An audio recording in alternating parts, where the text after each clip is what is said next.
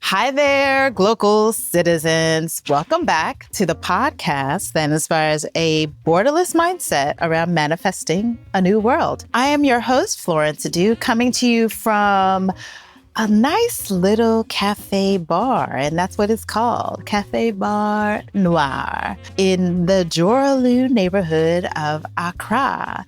Really cute. I hadn't known about it, but my guest this week is in this area, so we found a place that we would meet and mind meet, and I'm so looking forward to this conversation. So let us get to her bio. Just some background. I feel like this is a full circle-ish moment because we met about a year ago at a convening. And I think I mentioned this convening, it was called Forge. And the focus was on reparatory justice. And I'd met so many amazing people, so many new relationships. And I'm just excited that this is now growing into something, into relationships that are going to continue this Pan-African progress mission that we're all on. Here's her bio. She designs and leads multi-country programs, strengthening institutions, expanding equity, and building initiatives that are impact-driven solutions across Africa and the global diaspora. For more than a decade, she has worked at the intersection of gender justice, education, cultural memory, and community resilience, helping organizations move from vision to strategy and from strategy to measurable impact. As founder of CongoLove.org and co-founder of the André Blouin Centre in Kinshasa, she has built platforms engaging more than 8,000 participants each year and training over 500 youth and organizations in leadership, storytelling, and civic engagement. As a U.S.-based fundraising and partnership lead for SOS Herman Maier International College in Ghana, she contributed to a $40 million endowment campaign supporting orphaned and vulnerable students in Africa. Across roles, her work is guided by a commitment to building systems that honor our histories, elevate community wisdom, and center intergenerational impact. Patricia Lokwa, servant, welcome to the podcast. Thank you for having me. Here in Ghana, nice weather, sunny outside, palm trees around us. Yes. Doesn't get better than that. It doesn't. And it's so funny because we are in the dirty December loading time of the year. And I walked in and the Christmas music was blaring. I was actually buying birthday gifts for my son. And the first thing I noticed was, I was like, oh, there's no black Santas? Right. Like, oh no. I said, so Santa can only be white. They were like, they didn't even think about it. It was like a moment of 30 seconds of all us reflecting. So that was, I guess, a lead way to me coming here. I didn't realize. Yeah, like the season has come. So it's every day. Ready. Yeah, exactly. So let's get started. Where are you from? Where are you local? And what is your craft? So I'm Congolese American. I was born in the Congo. I left when I was 8 due to the war. It was not war, but it was more instability with the political space. So we had to escape. We crossed over the Congo River. From Brazzaville, that's when I left my mother and I moved to Washington, D.C., Adams Morgan. I was there for a couple years. And then from there, at 11, I moved to Senegal until I was about 14. And then I went back to the D.C. area and then Wisconsin for about 2-3 years. And then I came back to the D.C. area. And since then, I've been between D.C., Ghana, and the Congo. I'm a little bit all over the place, but I'm in Ghana 2 months, the U.S. 2 months, and then every once in a while I visit the Congo, go see the center. Okay, that is our Glocal citizenship trademark. So that is where you're from, and where are you local? Mainly Ghana and the U.S. Yeah, most of my work is all across Africa. I've been working mainly online for the past 10 years. So a lot of the work, I go to different parts of the African continent, but I'm mainly based in Maryland and in Accra. And what is your craft? That's a really interesting question. Define craft, because it depends on who you're asking, right? If it's in the art sector, if it's in the educational sector, craft can mean so many things. Where do you feel like you are the most creative, the most productive, the most you? Grassroots mobilizing. And when there's activists on the front line getting arrested and they're hiding them somewhere, I love mobilizing people to raise awareness of what's going on, why they're arrested, and save their lives. Because a lot of times when we make noise And when we keep their stories alive, a lot of these government officials that oppress those voices, they're afraid of the global impact of what it does for their work and their image. So what I try to do is create these campaigns where it raises awarenesses on these issues to protect the lives of the people who are on the front line. Yeah, so that's where I find a lot of my passion in, because my mother was an evangelist and a market woman. So when I was very small, I remember 3 years old, she would take me on the Congo River and we would take the boats. And the boats takes about 2 weeks to go to Basankusu, which is a specific village where she was from. And for about 2 weeks, I would be on the boats and she would put a mosquito net and we would just have a mattress on the floor. And she would make tea and she would, start with 10 people. Eventually it'll be 50 people. Wow. And I remember being very small, sitting under the mosquito net and watching her. And also her, I'm sure you've been to the marketplace, you see people just preaching. And sometimes people think they look crazy. That was my mom. And she would put me on her back. And a lot of people thought she was my maid because I'm biracial. So it was like, Gabi, take your child, take the child home. Why are you bringing her here? Right. But she would leave me with the market women and I'll be under the tables. And she would go preaching and the market women took care of me. She would make sure that I had my beignets, I had my little food. And then at the end of the day, she would come and get me. So I think that's where the grassroots passion comes from, is I love being in the market. I love being with the people because that's where I find the most comfortable sense of who I am. And then also in education. I additionally came into this because when I was in the USA, I couldn't figure out why I was in the USA. Because when I lived in Congo, I had a beautiful life. I loved my family. I loved my mother. I was playing outside. And all of a sudden, I came into a world where everything just changed. But I always had a love of asking questions and learning why. Why am I here? Why can't I be in Congo? Why can't I live with my mother? Where is my dad? Why isn't our family unit the way it's supposed to be? Not in the context of mother and father, but having at least a parent involved. And it was about in 2015, I met a guy by the name of Kambale Musavuli. Before I met him, I saw a documentary called The Crisis in Congo, where it was the first time where I was able to really have an answer to why I left my country. It was talking about the war in Rwanda, in Uganda, and how the empire, right, was supporting these proxy wars. And from there, I just kept asking questions. Eventually I had the radio show. And then I went back to school because when I was 28, I had 2 kids. I didn't have a high school education because I didn't really have that family structure to show me the importance of it. My dad did go to school and always encouraged me to go to school, but I didn't have the structure. In going back to understanding who I was and where I came from and why I was in the USA, it led me back to school because I understood that I had a responsibility, that despite the challenges that I had when I first moved to the USA, because I was really angry with God. Because here's my mother, she's an evangelist. Why can't God tell my mother I need her more than these people she's preaching to? So it's like, how can God be real, right? And life was, it wasn't easy, but I started to realize in the spaces as I started to learn that there was a purpose for me. And I had to go through those hard trials and tribulations. And my mother being somebody that was very close with the Bible, I started realizing that every disciple in the Bible, there was a journey that they had. God can't use you unless you go through those hardships, because that's when you use that as a testimony. Otherwise, if life is perfect, then people will say, well, your life was perfect. Of course, it turned out great. But when you go through those struggles, it defines who you are.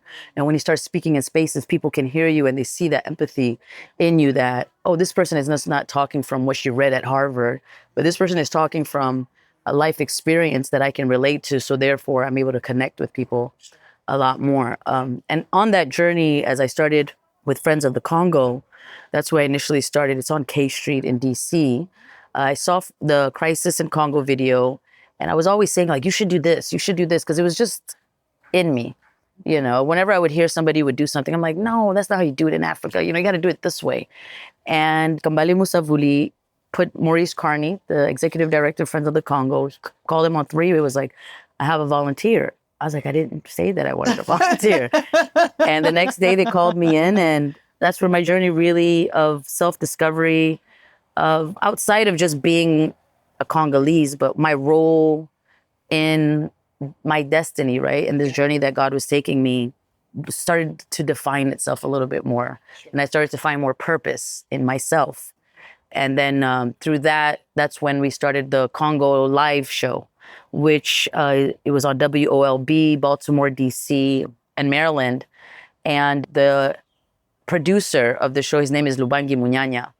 And he's this amazing mind. He worked at the museums for over 10 years. He had access to a wealth of knowledge. So we would spend 10 hours on calls before even the radio show, because it was just, first I had to unlearn, relearn, and then recalibrate how I was looking at the world. One, as a biracial, because I'm stuck between two worlds. You know, we talk about the diaspora from one context, but when you're coming from a biracial context, for me, it was like, okay, when I'm in Africa, I'm considered white, but when I'm in the USA, I'm considered Black.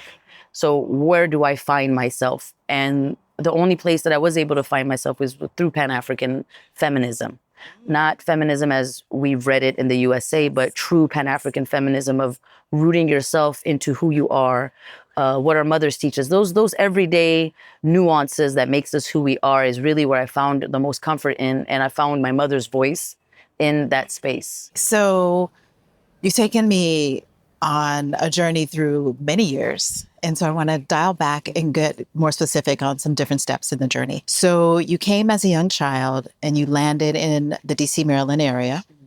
And you mentioned being not with your mother, I'm assuming with your father. My aunt, my mother's sister. Okay. Her husband was working for the Congolese embassy. And during that period in 93, there was an instability in the country. So the embassy had closed down. So he, I think, had left. He had gone to Cuba. But she had 3 kids. I had me and my brother. My oldest brother went to Seattle. So that's where I found myself in that environment for the next couple of years. Okay. Got it.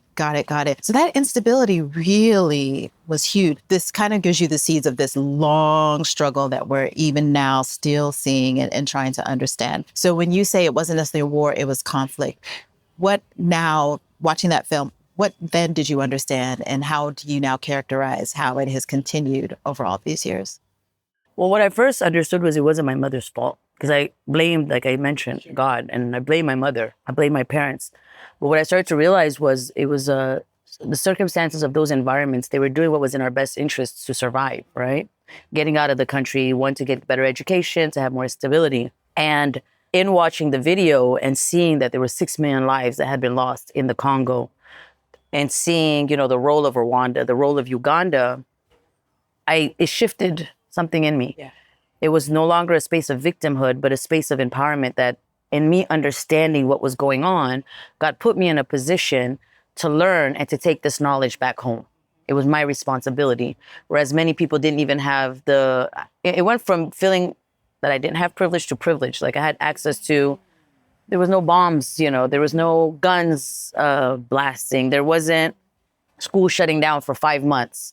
There was, you know, there was a basic sense of stability that existed in me, that I started to understand that they were doing something to protect me, that many people on the continent don't even have that privilege.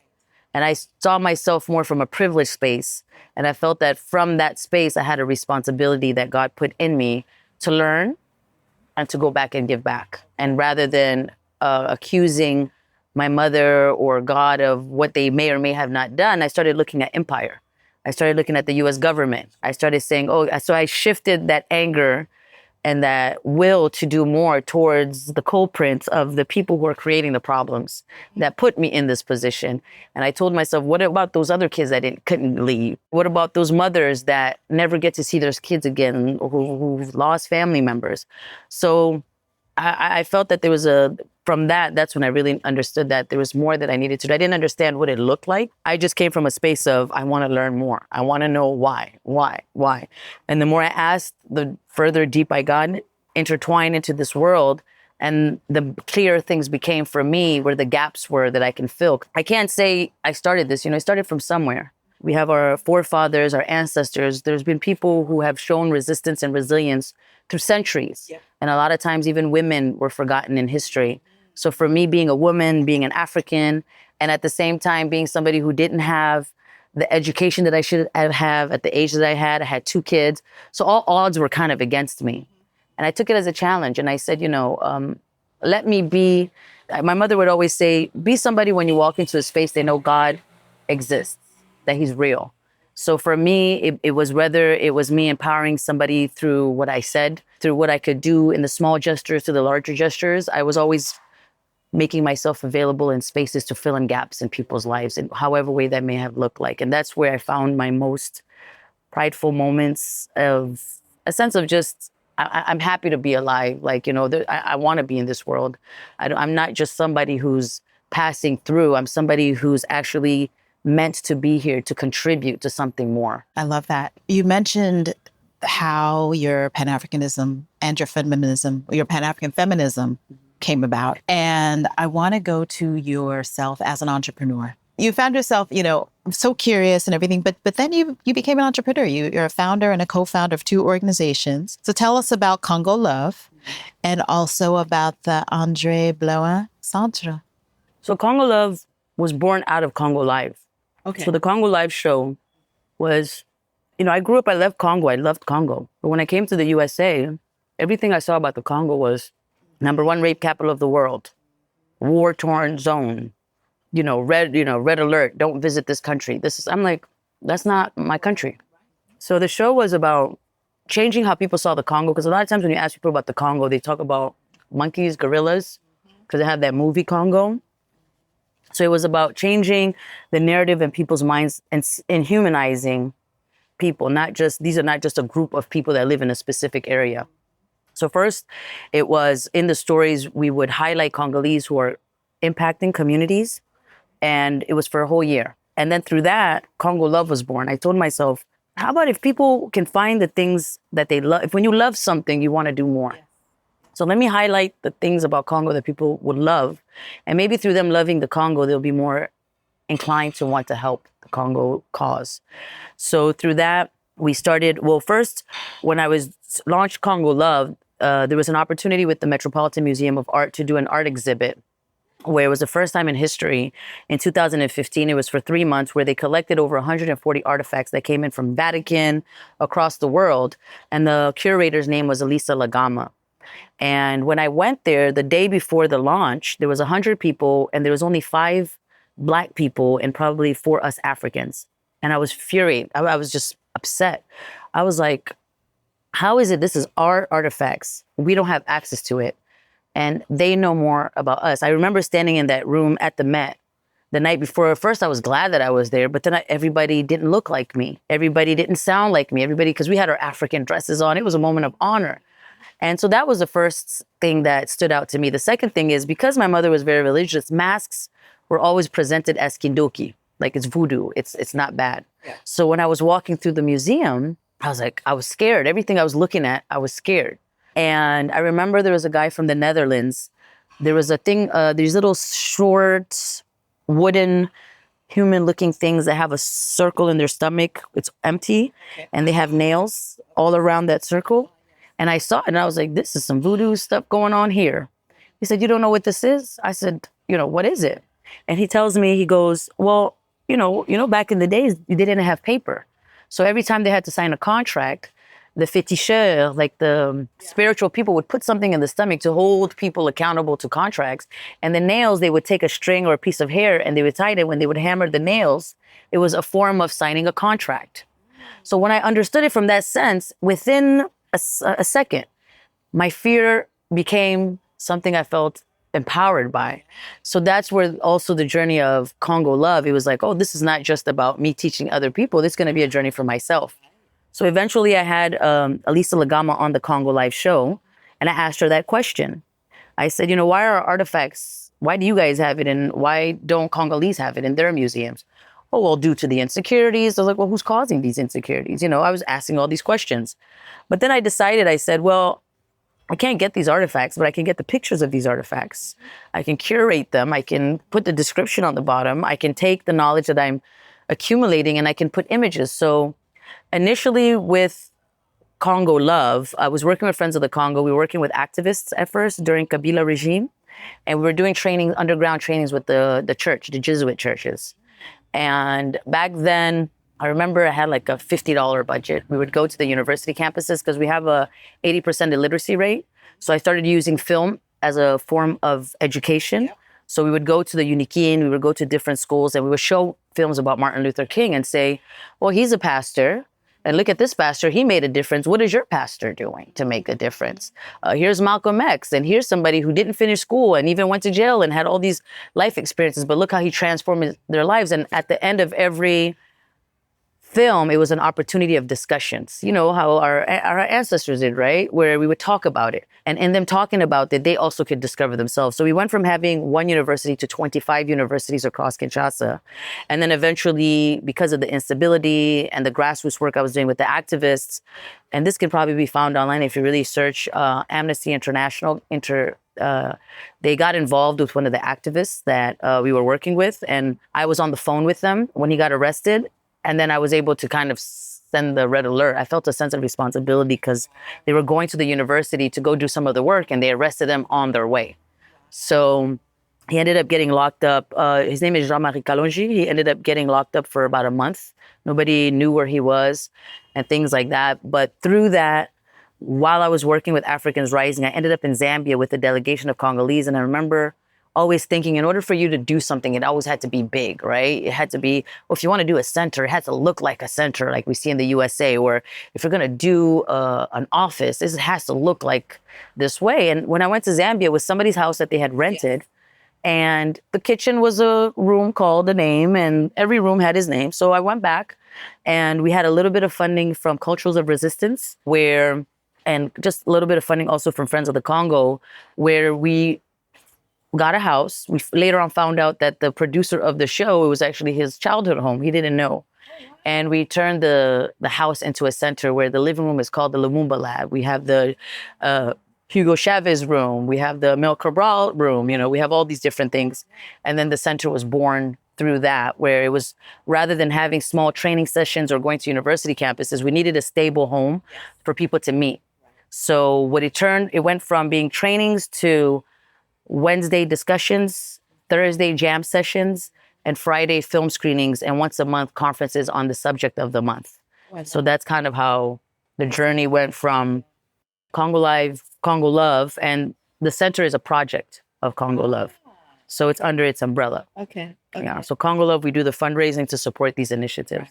Right. And then from that, we had the people because a lot of times people, they see what I do and they think, oh, she must be getting a lot of money. And I look at resource mobilization not from a financial standpoint. I look at it from who we are and what we bring to the table. It's like when you build a home, you know, every person has a rock to contribute. So that's kind of how the center was able to sustain itself, because we got some funding from Cultures of Resistance, where we paid for scholarships, where the Friends of the Congo was doing something called the Lumumba Scholars. And through the Lumumba Scholar Initiative, what we did was, somebody's helping pay for your school, you can also give back. So let's say there's somebody who's never been to school and you're going to school to learn math. We'll help you pay for your school, but you're going to do math lessons under a tree for 10 hours a week. And that's how we started at the center. So we had a lot of volunteers. At some point, we had about 47 students working in and out in the center, where we gave them small stipends. The average Congolese makes about $1 a day. So we were paying minimum at least $40 for them to be able to get their transportation, get to the space. We made sure they had food to eat. They had the basic essentials where they were there, but everything that we were teaching them, Pan-Africanism and everything, it became their responsibility to pass on that knowledge. So that's how the whole training, the 500, was also connected to the Lumumba Scholars, because they managed the admin part and the activists were being trained by actually the Lumumba Scholars. So we kind of made that whole connection. And a lot of times people think, well, it costs money. No.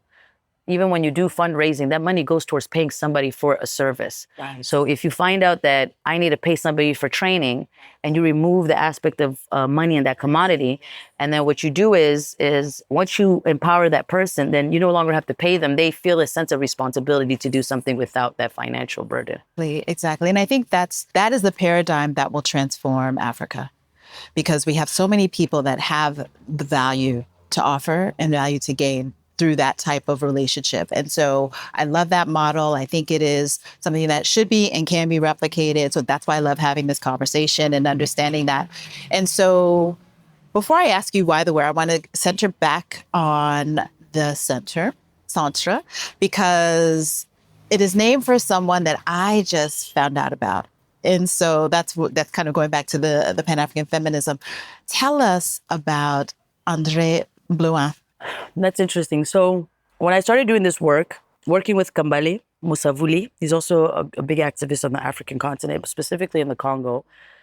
I would always, he was like, oh, you should read more. I said, it's like, because he loves to read, and I kept saying, no, I know this stuff. It's in me. He's like, I know it's in you, but you could save time by reading because people have done this before and it just is going to make it easier for you. I found pride in feeling like this was something that's coming out of nowhere. It felt like it was divine intervention, spirituality. So I felt like if I read, then it kind of takes away from the spontaneity of it being God speaking to me, right? Because you found it in a book. But what I started to find was when I did start reading, he met somebody, I think his name is, I can't remember his name, but I can always find out later. He wrote a book about André Blouin because she was a grassroots mobilizer and she was biracial. She was born from a French father, an African mother, and during that time they weren't supposed to have children. So they had sent her to Congo Brazzaville to live in an orphanage. Until she was 16, she ran away, but she knew how to speak Congo. She knew how to speak, I think, French. And so eventually she ended up in the Pan-African movement of independence with Sékou Touré, Kwame Nkrumah, and eventually helping with Congo's independence and became Patrice Lumumba's chief of protocol. So in 2015, if you Googled, even today, you can go, whoever's listening, go Google André Blouin and see what year the information comes up. Before 2015, you may have been able to find a couple of things on her, but not many. So for me, I felt like if an African woman who's not Congolese saw the importance of Congo, we as Congolese, why don't we see that? And she dedicated her life, right? Because she didn't see just Congo. There was this whole Pan-Africanism. Congo was supposed to be the capital of the African continent. There was this whole discussion around it. And a lot of it had to do with the minerals and how it's located geographically on the continent. So that whole plan was there. So she was actually, sent to go help on this cause. So I read her book. I didn't like reading, but I read that book. Yeah. I read the whole book and I read it in a week. The whole book. Okay. And I saw so much of me in her because she was biracial. And one of the things I remember that stuck out was when they were going from city to city or village to village, the men would be exhausted. She would be driving. She would go, she would set up the space during the campaigns. She was doing everything. And I was always doing that, but the world didn't see that. They always saw the person who was on TV talking about it. But the women behind the scenes doing the work, they weren't being heard. And so when I was reading her story, I was like, oh my God, there's more people like me. So it was only natural for me, because Malcolm X was really the first book I read. It was when I was in Wisconsin. I used to be at the library all day because I ran up my brother's phone bill during the summer. And he said, you're going to be at the library while I'm at work. I'm not leaving you at home. So I read Malcolm X's book. That was one of the first books that empowered me. But André Blouin's book was the one that I found myself most in. And through that's when we did the center. It only made sense to name it the André Blouin Center because we wanted Congolese to learn about it. And we wanted to honor her as a woman who did such amazing work on the African continent, was being spoke about. And we went from reading the books to, I met Wamba Diawamba, who worked with her, and he shared stories. So every time I would go and meet different Pan-Africanists, little pieces of her story would spark up. So I would grasp those stories and bring it back to the center.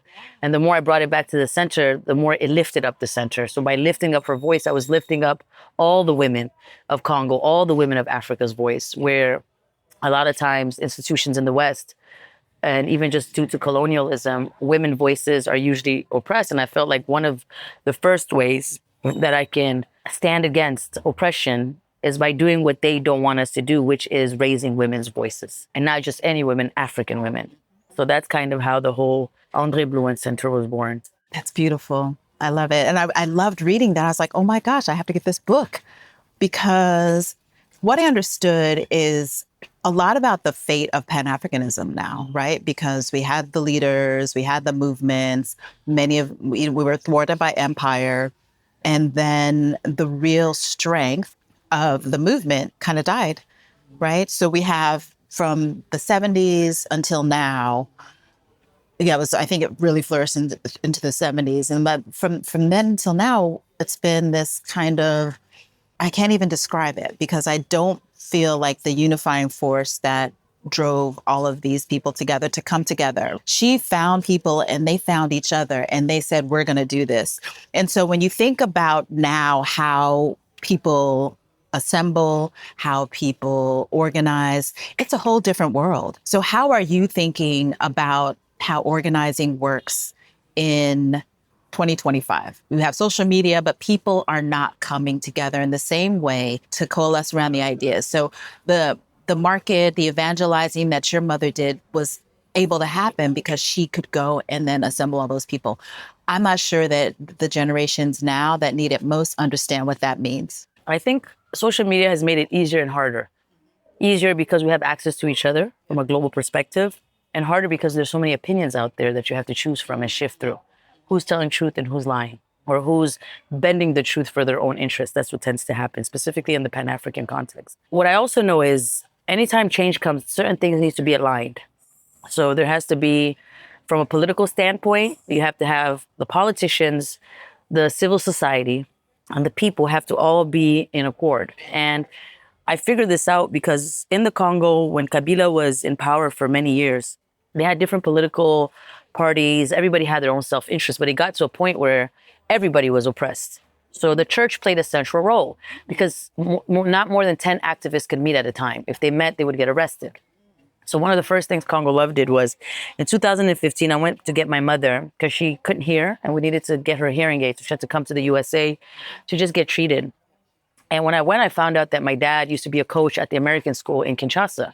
And he had built a soccer team in the neighborhood. So everybody remembered my dad because my mother also had the church in our backyard for 15 years. So it was hundreds of people that would come. So when I went back, they were like, you know, your dad used to do soccer tournaments, and something clicked. So I think, and this is, maybe it could be argued, maybe not, but I think that everybody is born with a gift. My gift is I connect dots very easily. And when they said that, I said, oh, activists need to organize and they're not able to organize. Let's do soccer games. And like the football games in the USA during halftime would be when we have the discussions of where we'll meet and stuff. So we started doing soccer tournaments. And if you go on our page, you'll see all these soccer tournaments. But the idea was using sports, one, to get children off of the streets, to get the youth more engaged, but at the same time, use the space to educate. And then after the games, they would meet at a place like this, but the music that would be playing would be conscience-driven. And it wasn't sitting and doing trainings, but it was in every conversation, we were very intentional. We were very intentional women representation. We were very intentional what songs we're playing, even if they were at that mom and pop bar at the corner. We reached out to them in advance. We told them that would be the playlist so that as they were playing the music and as we were talking, that connection was being made. That divine connection happens organically. So that's kind of how the whole movement for me, it became, is the more organic it feels, the more you connect. And for me, I'm a strong believer that even though God put me in a space where I was in a place of privilege, I also have learned through the years now in 2025 that there's nothing that I can bring to the people on the African continent that they don't know. So the woman in the market knows her struggle more than I can explain it to her. She spent years thinking about ways to get out of this condition. She knows her environment. She knows her surroundings. So when I'm coming in the space, I'm more coming in a space of adding value into what they're doing and also taking from that so that it can give me the tools that I need, right, to do my job better. And I don't want to call it even a job, to do what I was born to do better. So I really had to, that's when I mentioned the unlearning, because first you come into the space, oh, you know, don't you guys know this is what's going on? You need to do it this way. They know better than I do. And when these movements and these protests happen in these communities, they're in a better position to protect us than we are to protect them. Because they know where to tell you when the police are coming on this corner, they're the ones to hide you.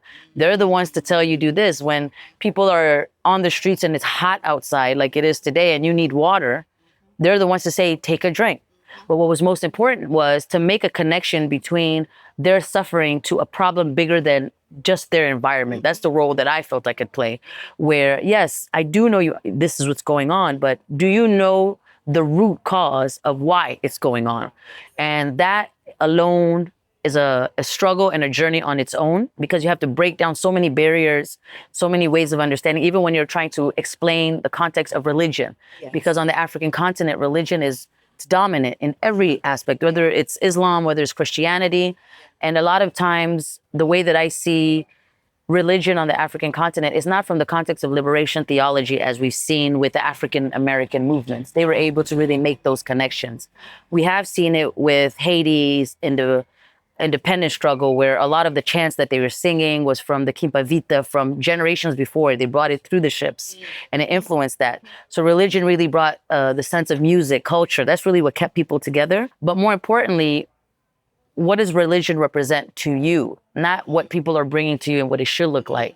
So the minute you say things like, why is Santa Claus not black? Why is Jesus not black? You know, why are all these disciples, they don't look like us? Yeah. So those are the challenges you start having, because that fear of having those honest conversations becomes a sense of a sinful act that you're doing because you're questioning God, and you shouldn't. And what I try to do in my research with the museums and so forth is connecting those dots, right? Where when you research the Congo kingdom, you'll find that even with Congo Cosmos, they had the cross already as something that was very noticeable. So when they saw the whites coming from the north and they saw the crosses, for them was, oh, this is the people from the other side that God has sent. But they didn't know they were coming to get exploited. So we've always used religion before we were ever colonized, a space of a solitude, a space of being connected to something outside of us, whereas they used it as a way of oppression, a way of, you know, God will solve these problems. And a lot of times I always say, so God is there. We know he's present. You need to get a job.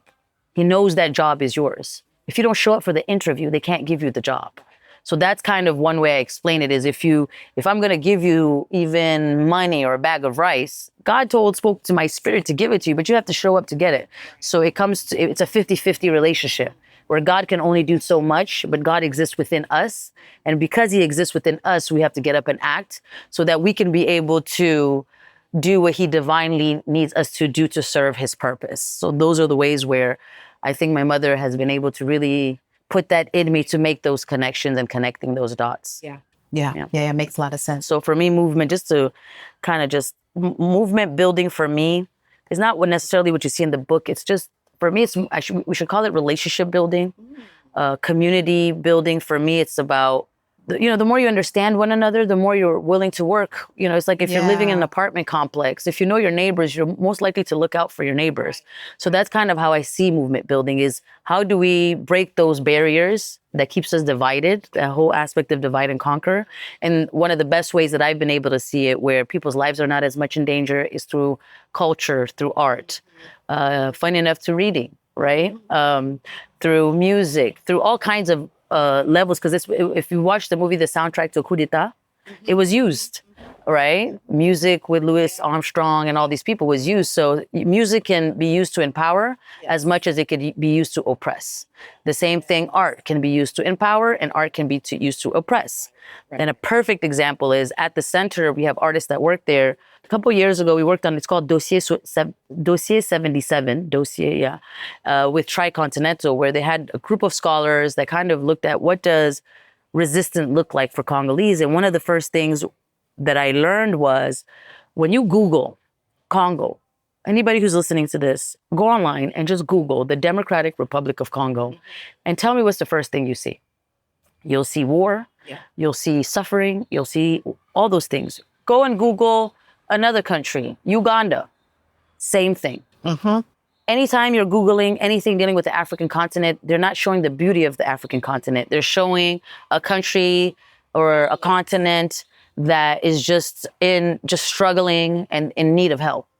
So what the Dossier 77 did was it changed that depiction of researching the history of Congo since colonization of what resistance looked like.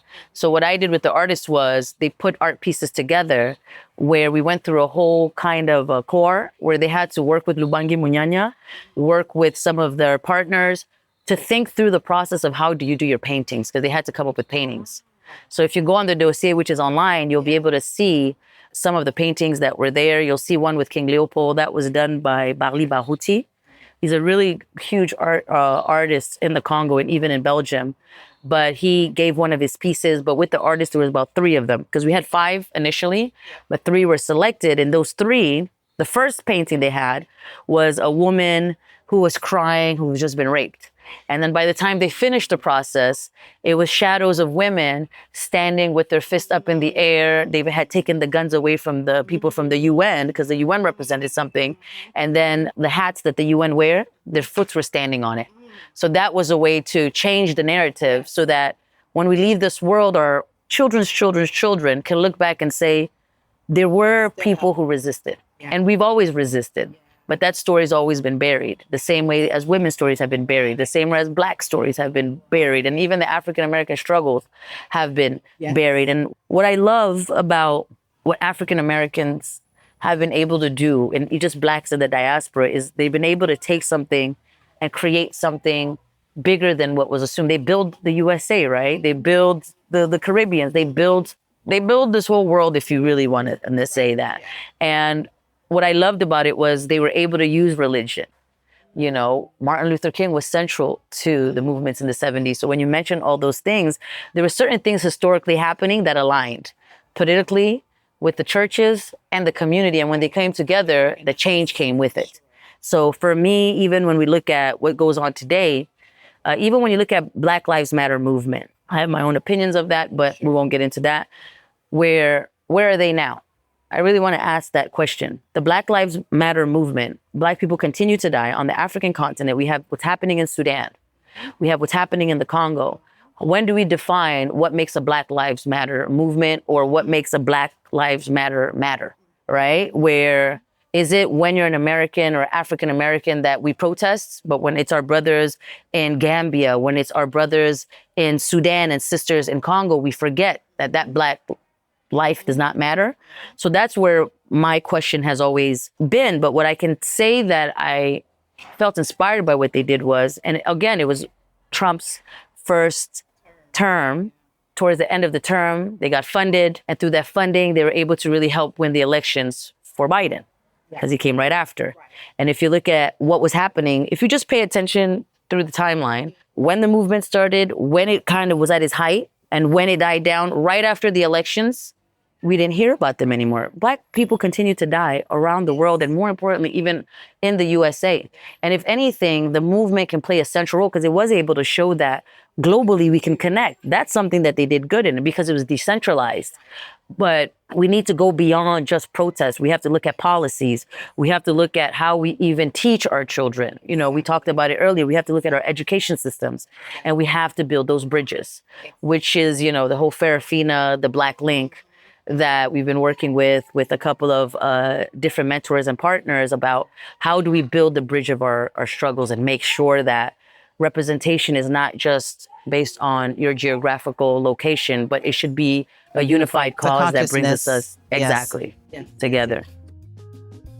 Thanks for joining us for part 1 of my conversation with Patricia Lokwa Servant. Be sure to come back next week where we pick up the conversation with Patricia's Why the Where, and we get to know much, much more about her perspectives and journey, forging a life and a lifestyle as a Pan-Africanist. As always, you can catch us Tuesdays with new episodes at glocalcitizenspod.com or wherever you get your podcasts. Please do like, share, subscribe, leave us a review. We love to hear from you. And check out the show notes. They are going to be so rich for this episode. Until next time, bye for now.